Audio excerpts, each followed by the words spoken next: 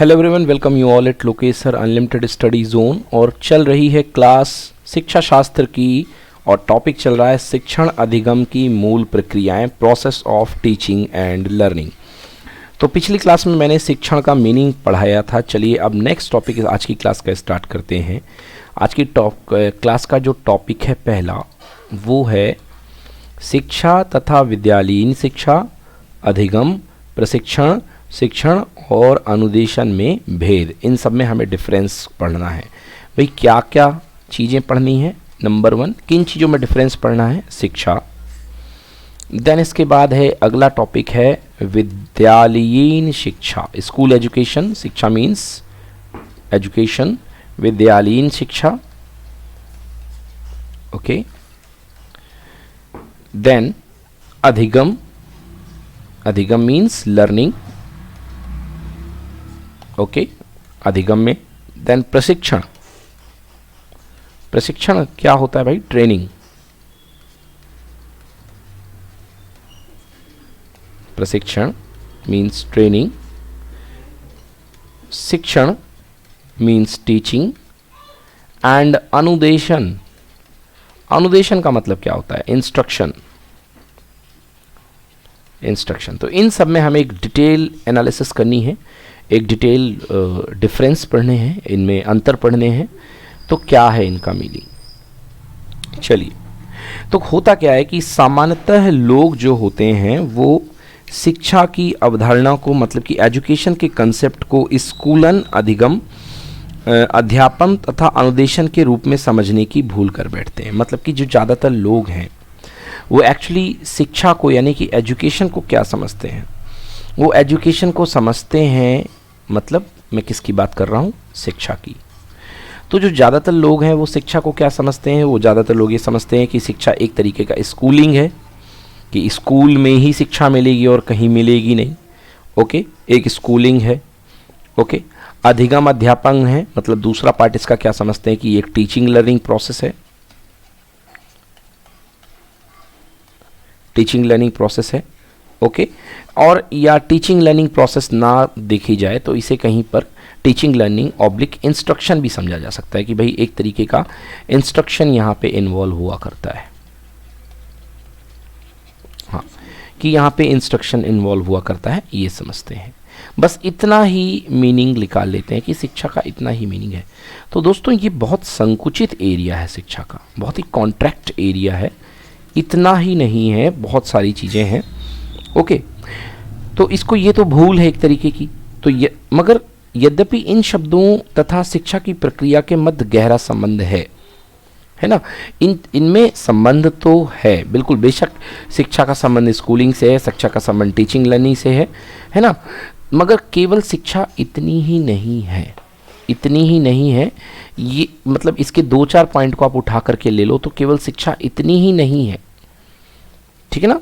ये इन सभी चीज़ों के अर्थ में भिन्नता है ना? इन सब के अर्थ में भिन्नता है। ये सबकी मीनिंग जो है अलग अलग है। तो क्यों मैं आपको अलग अलग सारी मीनिंग एक्सप्लेन करूंगा कि इसका मीनिंग इससे अलग कैसे, इसका मीनिंग इससे अलग कैसे, इसका मीनिंग इससे अलग कैसे है।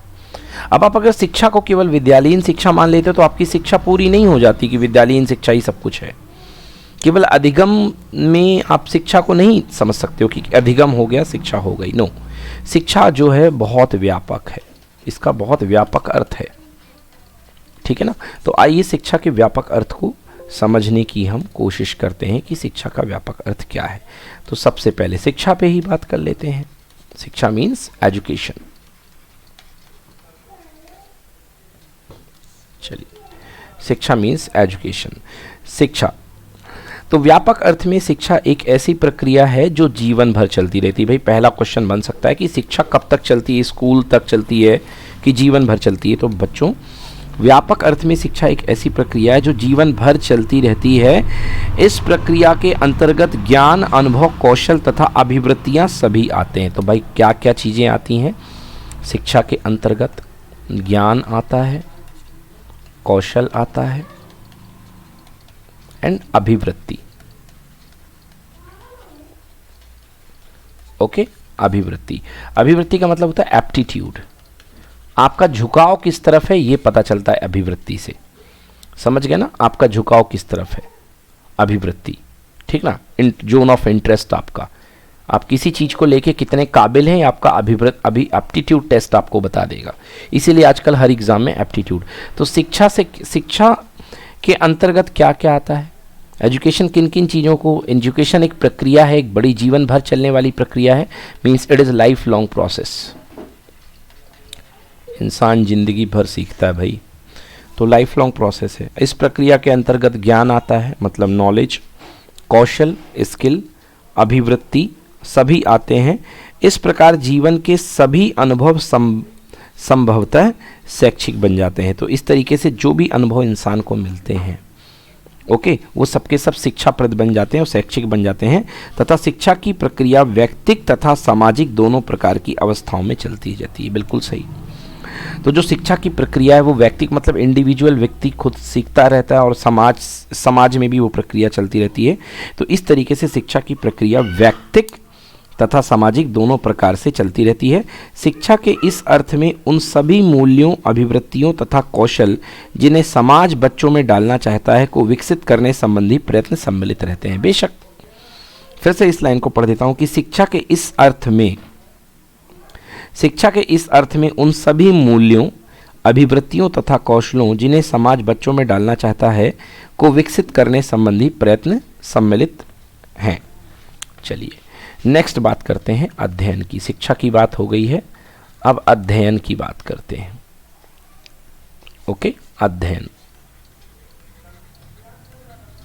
चलो भाई, तो अध्ययन क्या होता है? वैसे अध्ययन का मतलब तो नॉर्मली रूप में हम लोग पढ़ना लेते रहे हैं कि भाई पढ़ लिया। अब पढ़ने को इंग्लिश में बोलते हैं रीडिंग। तो रीडिंग तो एक ऐसी होती है जिसमें आप उसके मूल्यों को ले रहे हो या नहीं ले रहे हो, नहीं ले रहे हो, रीड कर दिया। अब जैसे आपने न्यूज़पेपर पढ़ा, न्यूज़पेपर आपने पढ़ा, आपने कोई मंत्र पढ़ा और न्यूज़पेपर पढ़ा, फ़र्क क्या है? मंत्र की मीनिंग आपको में भी पता नहीं होगी, बट आप पढ़ देते हैं। बट न्यूज़पेपर में आप उसे पढ़ते हैं और साथ ही उसे आत्मसात करते हैं। यस, आत्मसात करते हैं, अंदर उसे उसका फीलिंग, उसका रस निकालते हैं। यस, तो ये जो रस निकालने वाली प्रोसेस है इसको बोलते हैं अध्ययन, आत्मसात करना, ठीक ना, इसे अध्ययन बोलते हैं। तो आइए देखते हैं अध्ययन को डिटेल्ड मीनिंग में पढ़ते हैं। अध्ययन, ठीक है, लेक्चर 2 चल रहा है बच्चों, बता दूं जानकारी के लिए। अध्ययन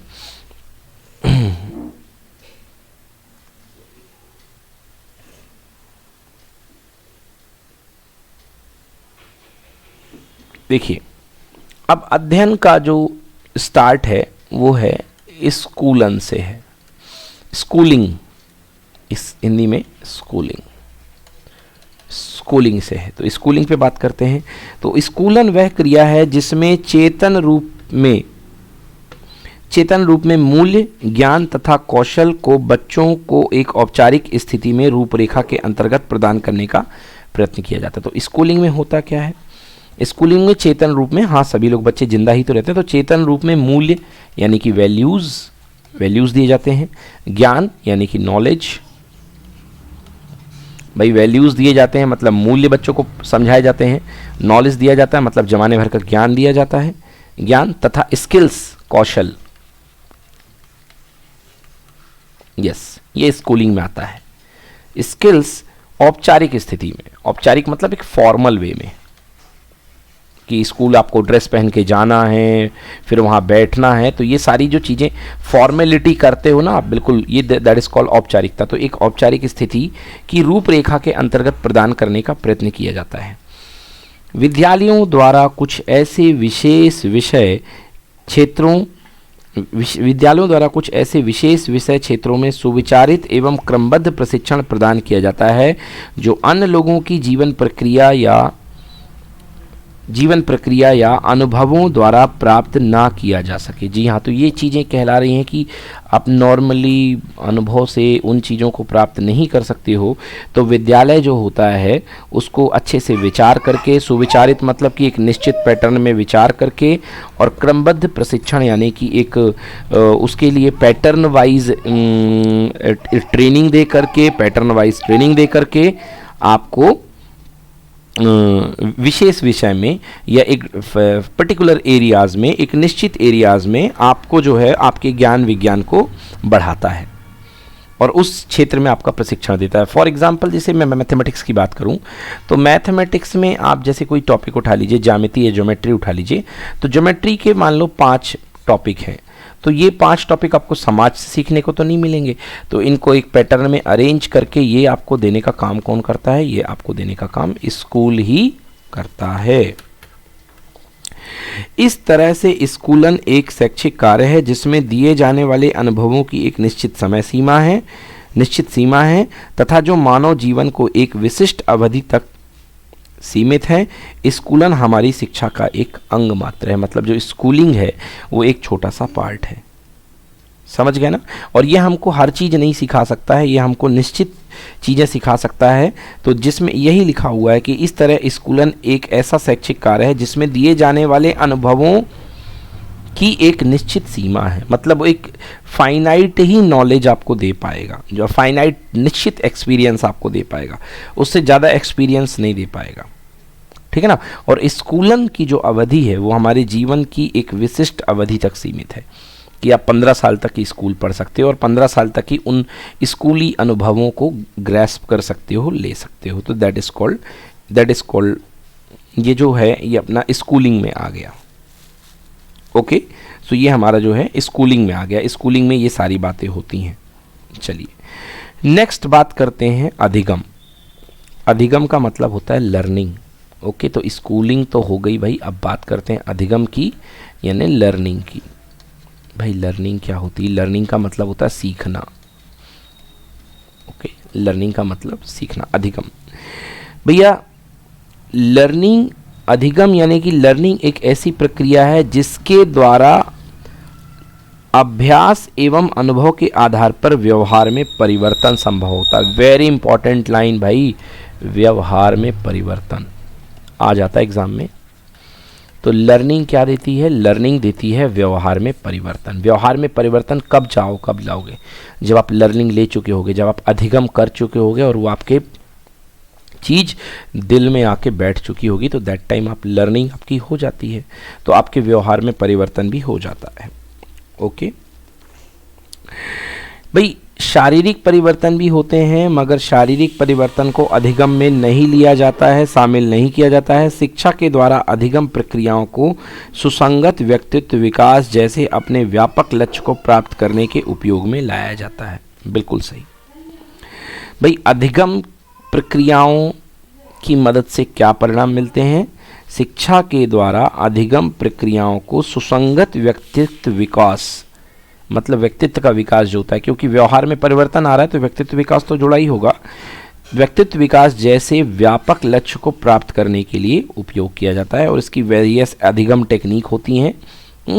अधिगम की प्रक्रियाएं होती हैं अलग अलग कि बच्चे को सिखाना कैसे है, अधिगम कैसे करना है। चलिए अब नेक्स्ट बात करते हैं प्रशिक्षण की। भाई लर्निंग हो गई, सीखना हो गया, अब बात करते हैं प्रशिक्षण की। प्रशिक्षण को इंग्लिश में बोलते हैं ट्रेनिंग।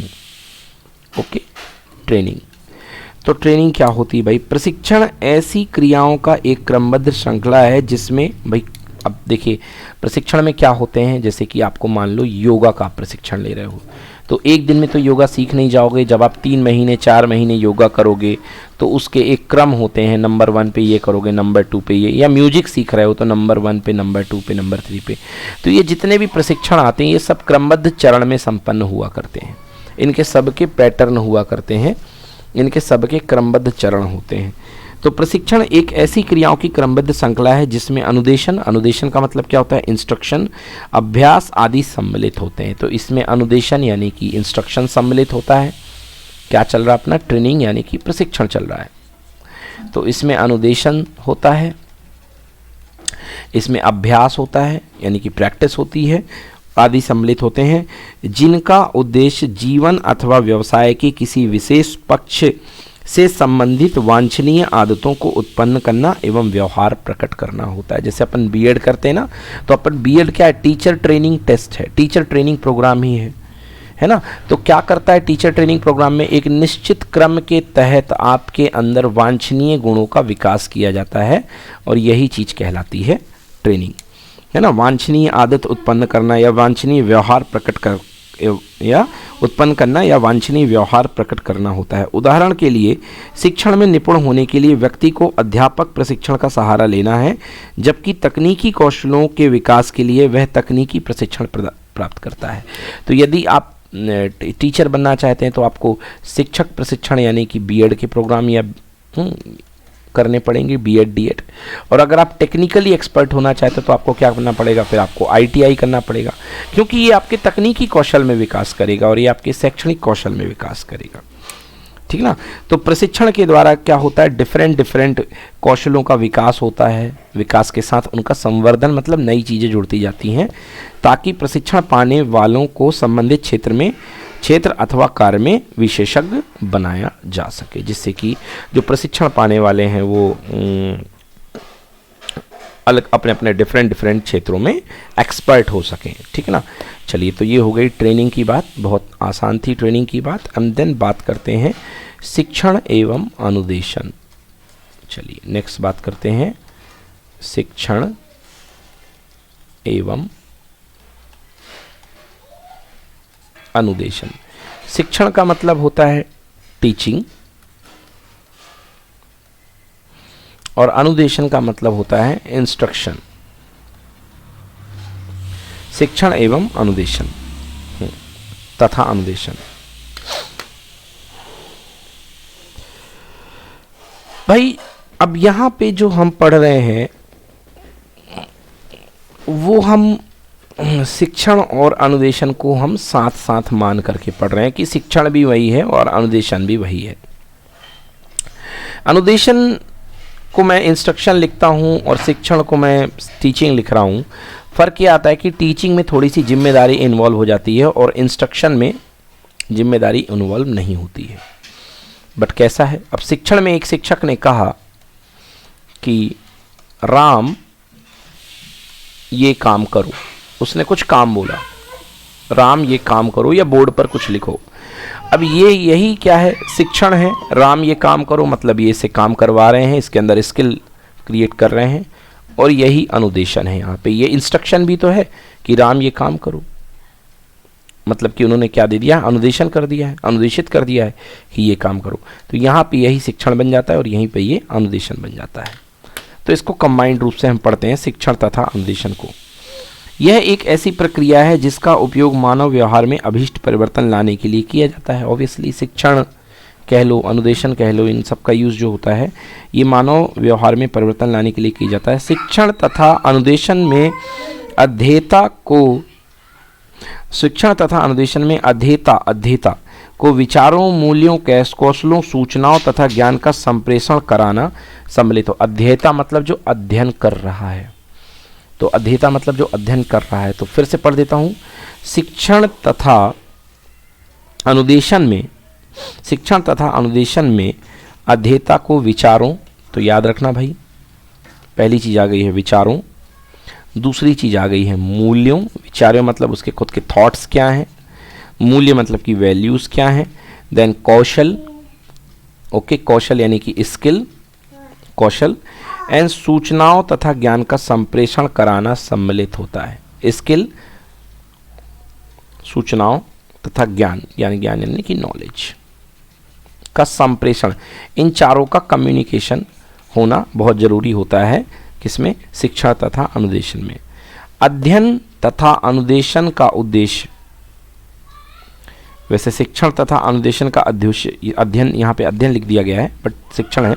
शिक्षण तथा अनुदेशन का उद्देश्य विद्यार्थियों को शिक्षित करने की दृष्टि से उनके अधिगम को प्रभावी बनाना होता है। वंस अगेन, शिक्षण तथा अनुदेशन का उद्देश्य विद्यार्थियों को शिक्षित करने की दृष्टि से उनके अधिगम को प्रभावी बनाना होता है, मतलब उनकी सीखने की जो अमाउंट है, ओके, अधिगम मतलब सीखने की प्रोसेस जो होता है उसको हम प्रभावी बनाते हैं, मतलब मोर एंड मोर एफिशिएंट बनाते हैं कि वो कितनी अच्छी बन सके।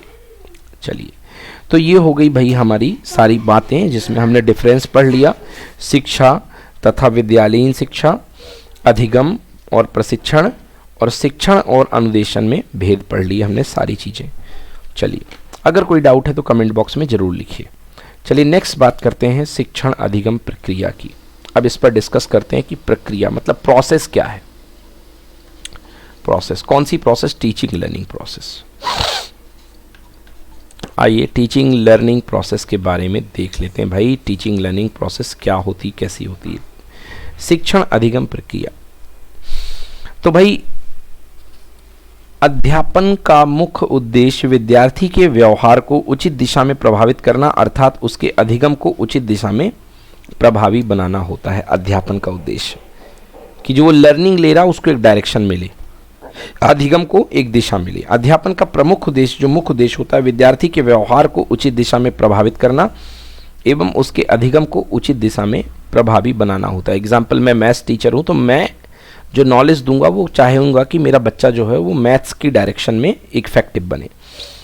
अधिगम को प्रभावी बनाने तथा व्यवहार को परिवर्तन करने के लिए उचित दिशा क्या हो, इसका निर्णय विद्यालय और अध्यापक मिलकर शैक्षिक उद्देश्य निर्धारित करते समय करते हैं। तो जब एजुकेशनल गोल, जब टीचिंग गोल डिसाइड किए जाते हैं, उस समय अधिगम को प्रभावी बनाने के लिए और व्यवहार को परिवर्तन करने के लिए उचित दिशा क्या होती है, इसका निर्णय विद्यालय और अध्यापक मिलकर के शैक्षिक उद्देश्य निर्धारित करते समय करते हैं। कि हमारा शैक्षिक उद्देश्य क्या है, कि हमें बच्चों के अंदर केवल स्किल्स डेवलप करने हैं कि मॉरल्स डेवलप करने हैं। तो शैक्षिक उद्देश्य बनाते समय इस चीज़ का निर्णय लिया जाता है। तो इसके लिए यह आवश्यक है कि अध्यापक को शिक्षा के लक्ष्य और उसके उद्देश्यों के बारे में पता हो। तो पहली चीज़ तो ज़रूरी ये है कि शिक्षा का लक्ष्य क्या है और उसका उद्देश्य, आखिर वो बच्चों को शिक्षित क्यों कर रहा है, उसके बारे में पता हो। साथ ही साथ अध्यापक को इस योग्य होना चाहिए कि वह विद्यार्थी को सीखने के लिए प्रभावशाली साधनों का निर्माण कर सके और अंत में वह यह निर्धारित कर सके कि उन उद्देश्यों को प्राप्त करने के लिए वह किस सीमा तक उसे जाना है। इन उद्देश्य को प्राप्त करने के लिए किस सीमा तक जाना है। तो चलिए एक बार फिर से इस लाइन को पढ़ देता हूं मैं कि अधिगम को प्रभावी बनाने तथा व्यवहार को परिवर्तन करने की उचित दिशा क्या हो, इसका निर्माण विद्यालय और अध्यापक मिलकर शैक्षिक उद्देश्य निर्धारित करते समय करते हैं। इसके लिए आवश्यक है कि अध्यापक को शिक्षा के लक्ष्य और उसके उद्देश्यों के बारे में पता हो। साथ ही अध्यापक को इस योग्य होना चाहिए कि वह विद्यार्थी के सीखने तथा प्रभावशाली साधनों का निर्माण कर सके, वह विद्यार्थी को सीखने के लिए प्रभावशाली साधनों का निर्माण कर सके और अंत में यह निर्धारित कर सके कि इन उद्देश्यों को प्राप्त करने के लिए किस सीमा तक जाना है। जी हाँ, तो ये हो गई अधिगम की बात। अब शैक्षिक प्रक्रिया के मेन 3 ध्रुवी प्रक्रिया है। तो मैंने बताया था कि शैक्षिक प्रक्रिया के मेन 3 बिंदु हैं: उद्देश्य, अधिगम और अनुभव क्रियाएं। उद्देश्य, अधिगम, अनुभव क्रियाएं तथा विद्यार्थी का मूल्य निर्धारण। तो भाई शैक्षिक प्रक्रिया के जो मेन 3 बिंदु हैं, मतलब जो टीचिंग प्रोसेस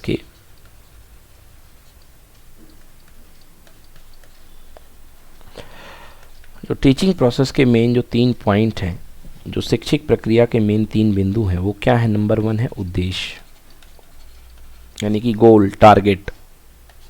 ओके, पहला है उद्देश्य। दूसरा है अधिगम, अनुभव क्रियाएं।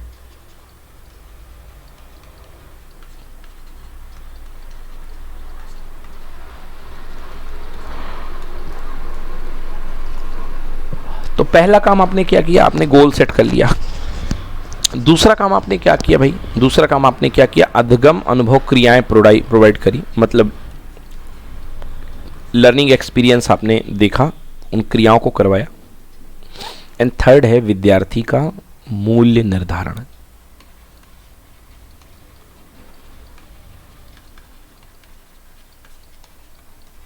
इसको बोलते हैं अपन इवैल्यूएशन। क्या बोलते हैं इसको? इवैल्यूएशन। विद्यार्थी का मूल्य निर्धारण का मतलब होता है इवैल्यूएशन। अध्यापक विद्यार्थियों को अधिगम अनुभव प्रदान करने के लिए विभिन्न तरीके अपनाता है।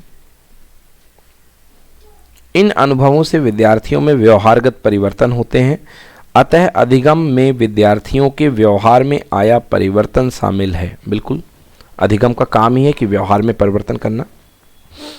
विद्यार्थियों में उल्लेखनीय अधिगम होने के लिए यह आवश्यक है कि शिक्षण प्रभावी हो। अगर आप चाहते हैं कि उल्लेखनीय यानी कि रिमार्केबल, याद रखने योग्य या चिन्हित एक उल्लेखनीय परिवर्तन हो विद्यार्थियों के व्यवहार में, तो उसके लिए आवश्यक है कि शिक्षण प्रभावी होना चाहिए, जो टीचिंग है वो इफेक्टिव होनी चाहिए। विद्यार्थियों में विषय सामग्री के अधिक आदान प्रदान के लिए अध्यापक को उचित विधियां और माध्यम को अपनाना चाहिए। भाई अगर विषय सामग्री का आदान प्रदान करना है विद्यार्थियों के साथ, उन्हें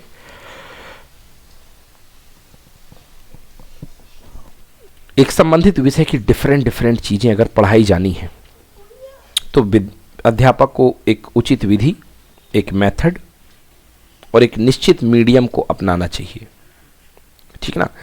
इस प्रकार प्रभावशाली अध्यापन वही है जो उचित और सफल अधिगम अनुभवों की ओर ले जाए। तो इफेक्टिव टीचिंग वही है,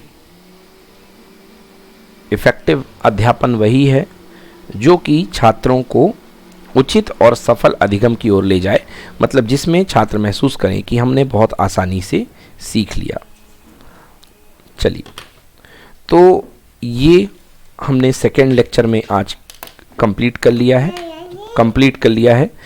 हमने शिक्षा तथा विद्यालयीन शिक्षा पढ़ ली, अधिगम प्रशिक्षण शिक्षा और अनुदेशन में भेद पढ़ लिया, और शिक्षण अधिगम प्रक्रिया कंप्लीट कर ली। तो यहाँ तक हमारा लेक्चर 2 कंप्लीट होता है। दोस्तों, आपको कैसा लगा ये मेरा लेक्चर आप ज़रूर कमेंट करके बताइए, और जुड़े रहिए लोकेश सर अनंत शिक्षा केंद्र के साथ। आज्ञा दीजिए, नमस्कार।